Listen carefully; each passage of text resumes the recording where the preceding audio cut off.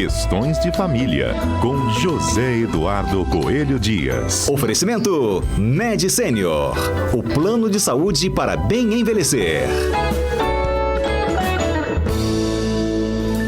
Edu, bom dia para você.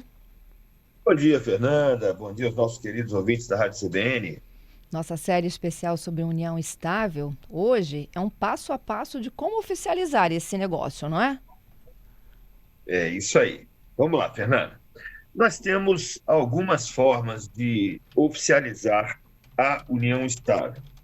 Uma das formas é aquela que a própria lei prevê, que é a elaboração de um contrato.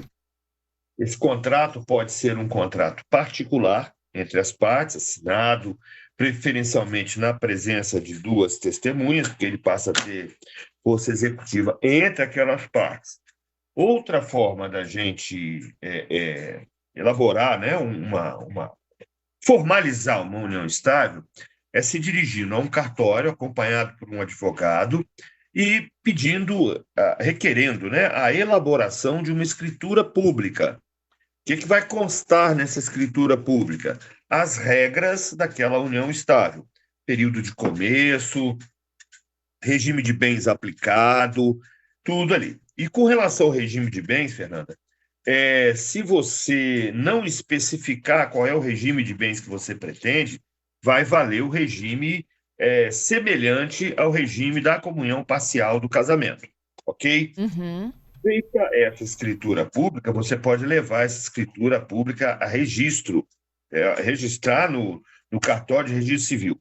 Mas uma coisa que a gente chama a atenção também é a seguinte: é possível averbar no cartório de registro de imóveis essa escritura nas matrículas dos imóveis que sejam eventualmente pertencentes ao casal ou que foram adquiridos naquele período, exatamente para evitar que, num momento posterior, haja qualquer tipo de fraude à meação numa eventual ruptura do casal, tá? Bom, e uma outra forma da gente formalizar a escritura, formalizar a existência da união estável, é quando uma das partes não concorda com a união estável ou que, porventura, já tenha falecido. E isso acontece bastante, tá, Fernando? A gente tem uma relação e depois simplesmente desaparece e aí impede que o outro possa fruir de alguns direitos adquiridos pelo fato de ter convivido em união estável. E aí não tem jeito, você tem que fazer uma ação de reconhecimento e extinção de união estável, dependendo da situação, compartilha de bens, dependendo da situação, você pode incluir também as questões relacionadas aos filhos que esse casal eventualmente tenham gerado no curso dessa relação, guarda, alimentos, convivência, essas questões todas. E é possível também a gente fazer um reconhecimento post-mortem, ou seja, depois que um dos integrantes daquela relação, alguém do casal tenha falecido. Para isso, toda ação judicial demanda provas, né? Então você tem que provar que de fato viveu com aquela pessoa uma união pública, contínua e duradoura com o propósito de constituição de família. E aí que não mistura um pouco de namoro e amizade, não, Edu? Pois é. É o que a gente vem conversando, né? Como o casamento é forma, é solenidade. No casamento você tem que fazer a habilitação, especificar uma data para a celebração, e o casamento só é válido naquela data, se celebrado por alguém que tenha poderes para isso, é lavrado logo um documento, enfim. O casamento, ninguém tem dúvida com relação à existência de um casamento. Mas a união estável é o que a gente sempre fala. A união estável é fato. É a simples convivência pública, contínua e duradoura com propósito de constituição de família entre duas pessoas. Uhum. Então, pode gerar... E o maior número de complicações que a gente tem, Fernanda, vem exatamente da data de início da união estável. Porque se o casamento já tem aquela data estabelecida, a união estável não.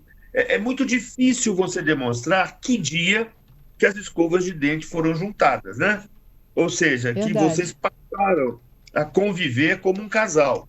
Até porque tem mais um detalhe complicador. A jurisprudência não exige a coabitação para a formação da união estável. Ou seja, é possível a existência de união estável mesmo que as pessoas não residam sobre o mesmo teto.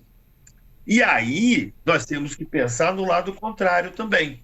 É possível a não constatação de união estável mesmo para pessoas que residam sob o mesmo teto. E, inclusive, o acórdão paradigma do STJ, que decidiu, que utilizou a expressão namoro qualificado para distinguir da união estável, tratava exatamente de um caso, de um casal que o rapaz foi morar no exterior e a moça foi para o exterior também e residiu com ele, e mesmo assim o STJ conseguiu identificar que não havia ali uma família, embora eles fossem namorados. Olha que coisa interessante, não é? Muito. Então, assim, a união estável, embora ela exista, embora ela seja legítima, embora ela seja ética, uma relação ética, ninguém tem nada contra a união estável, muito pelo contrário, mas uma coisa a gente precisa deixar muito claro. Ela traz essas dificuldades, exatamente pelo fato de ser fato, né? De não ser forma. Então é importante formalizar, e para aqueles que não têm a concordância do outro para essa formalização, é importante reunir documentos, cartinhas de amor, e-mails, status do Facebook. Eu nem sei se ainda tem esse negócio de status de Facebook, né, Fernando? Eu acho que tem, não tem, gente? Tem, do Instagram também. É porque antigamente a pessoa entrava lá no Facebook e dizia assim, em um relacionamento sério com... Você lembra disso, Fernando? Você lembra de... A Dalberto deve estar morrendo de rir aí, né? Mas aí ficava fácil, você dava o print daquilo ali e pronto, já fez a prova de que tá, né? Que a coisa é Que a muito coisa maior, é séria, né?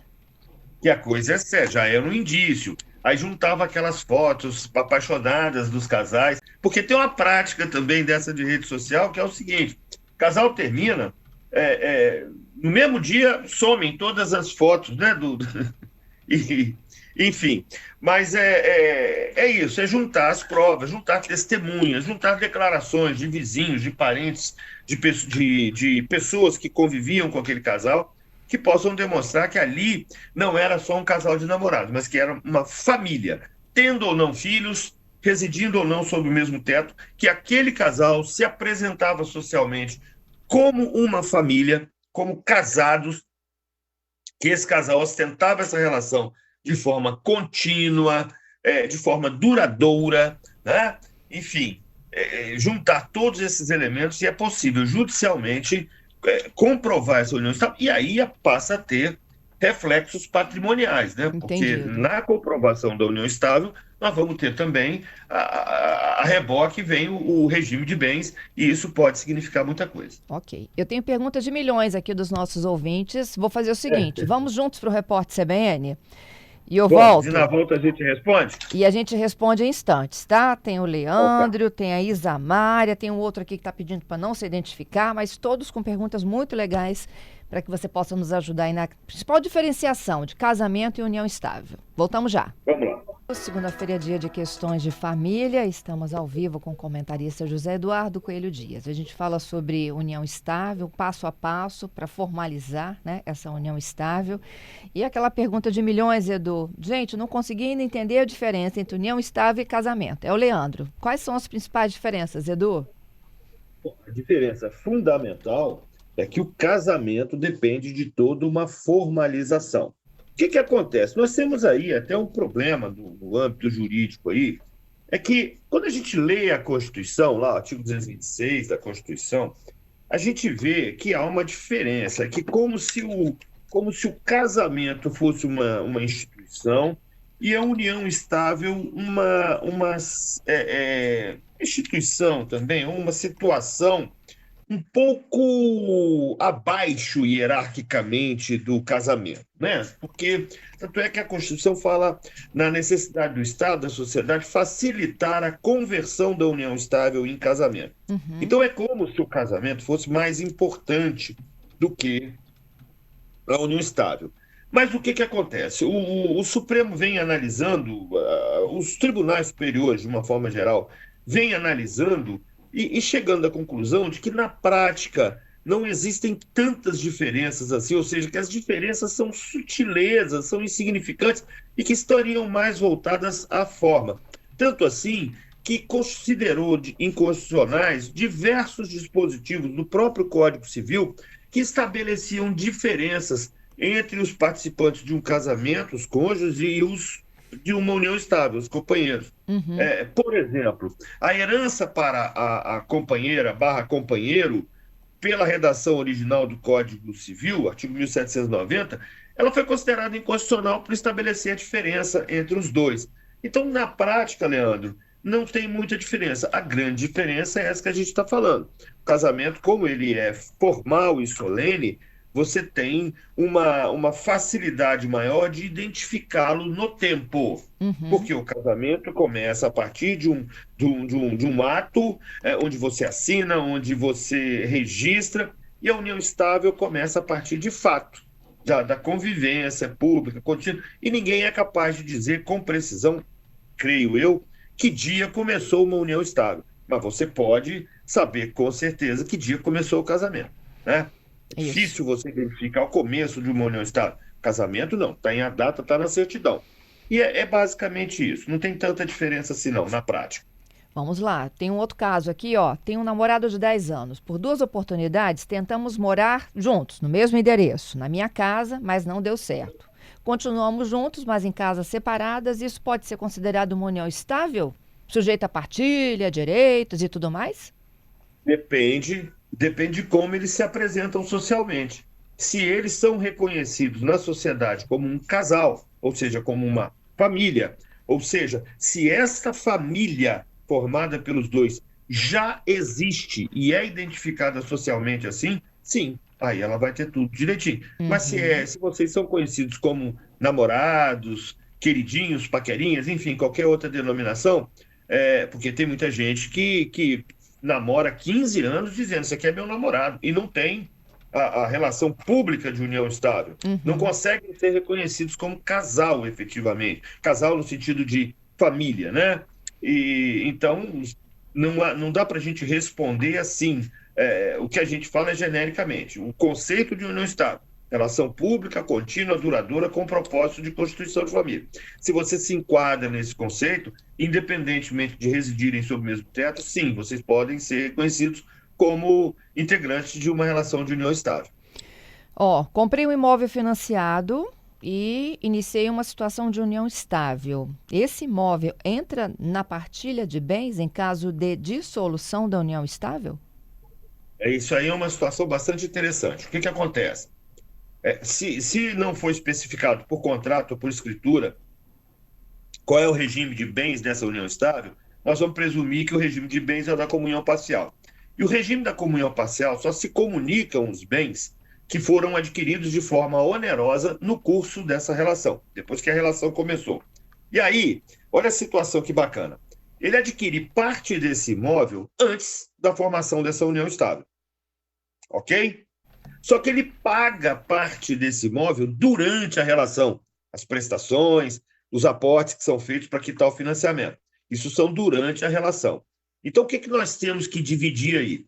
Nós vamos separar essa primeira parte, é a parte que ele pagou sozinho, né, da entrada, enfim, de tudo que ele tinha pago até aquele momento, isso é só dele. Mas tudo que foi pago em relação a esse imóvel no curso da relação entra na partilha no caso de uma eventual dissolução. Bom, não param de chegar perguntas, hein, Zedu? Acho que a gente vai ter que fazer mais um capítulo aqui de união estável, mas eu vou tentar ser breve aqui com 2 importantes. União estável onde há filhos. Os filhos estão registrados em nome do casal. Como fica? Sim. A pergunta da Neia, como fica? Do mesmo jeito que era um casamento, do mesmo jeito que eles fossem solteiros. A relação jurídica dos filhos em relação aos pais não sofre qualquer modificação por conta do estado civil dos pais. Então, tanto faz se são pais divorciados, filhos tidos fora do casamento, ainda que a pessoa seja casada e tenha tido um filho fora do casamento, as suas obrigações são exatamente as mesmas. Mais uma outra aqui, ó. Existe um tempo mínimo para se configurar? Evidente, Fernanda, que o fato de ter filhos, por exemplo, pode ser um indício bastante forte no sentido de que havia uma família ali, né? Sim. Que não é um namoro, né? Que é uma união estável. Embora seja possível também a gente falar de filhos do namorado, né? Então, realmente é muito sutil a diferença. É tênue, né? Muito. E, o Antônio, existe um tempo mínimo necessário para se configurar a união estável? Pois é. Aí é que entra, às vezes, até a própria contradição do Supremo, né? Perdão, não só do Supremo, mas do STJ também, dos tribunais superiores. Por quê? Ele se fala de uma igualdade entre união estável e casamento, e aí no casamento, se você acabou de celebrar o casamento, disse o sim, sim, naquele segundo você já está casado. Mas a união estável, como traz os conceitos de contínua e duradoura, pressupõe um relacionamento mais maduro. Então eu tenho visto alguns julgados indeferindo a formação de uma união estável quando o casal vive menos de 6 meses, vive pouco tempo, entendeu? 2 meses, 6 meses, os tribunais têm meio que rejeitado. O que não quer dizer que seja uma verdade absoluta, porque você pode ter, assim como você tem para o casamento, um período de preparação chamado namoro, e você pode, por exemplo, ter levado a conhecimento das pessoas que a partir de uma determinada data aquilo era uma família. Por exemplo, a realização de uma festinha com seus amigos, com fotos, com exposição, onde vocês dizem, olha, a partir de agora somos uma família. Entendeu? Então, assim, vai depender das provas que forem produzidas. A lei não estabelece hoje em dia um tempo mínimo, mas a razoabilidade, o bom senso dos tribunais tem preferido ser mais cautelosos. Os tribunais têm sido mais cautelosos, deixando para fixar a união estável somente quando eles percebem que houve uma maturação daquela relação familiar. Existe em algum lugar alguma consulta que possa ser feita? A pergunta do Lucas aqui sobre união estável? Como assim? Ele quer saber uma consulta pública? Isso. Vai passar a existir. Porque o que acontece? Essa possibilidade de registro da união estável no registro civil, ela é bastante recente, vem de uma alteração normativa bastante recente. E eu imagino que nem todas as uniões estáveis que já existem hoje estejam registradas. Aliás, eu acredito que um número muito pequeno de união estável estejam registradas hoje em dia. E é por isso, Fernando, que no começo do nosso programa de hoje eu recomendei que se o casal adquirir algum patrimônio, que pegue a sua escritura, que leve ao registro de imóveis e faça a questão de registrar, exatamente para que ninguém venha fraudar absolutamente nada. Mas hoje em dia você não consegue ter uma convicção através de um órgão público, de um cartório. No casamento, sim. No casamento você consegue saber se uma pessoa é casada ou não, mas na união estável isso ainda não é uma realidade. Entendido. Zedu, as perguntas que eu não consegui fazer aqui ao vivo, a gente faz na segunda que vem, então, tá? Vamos, então, continuar conversando com os nossos ouvintes sobre isso, porque é muito importante, porque é o dia a dia da nossa sociedade, né? A gente tem que trazer essa informação. Beijo para você, boa semana. Até semana que vem, se Deus quiser.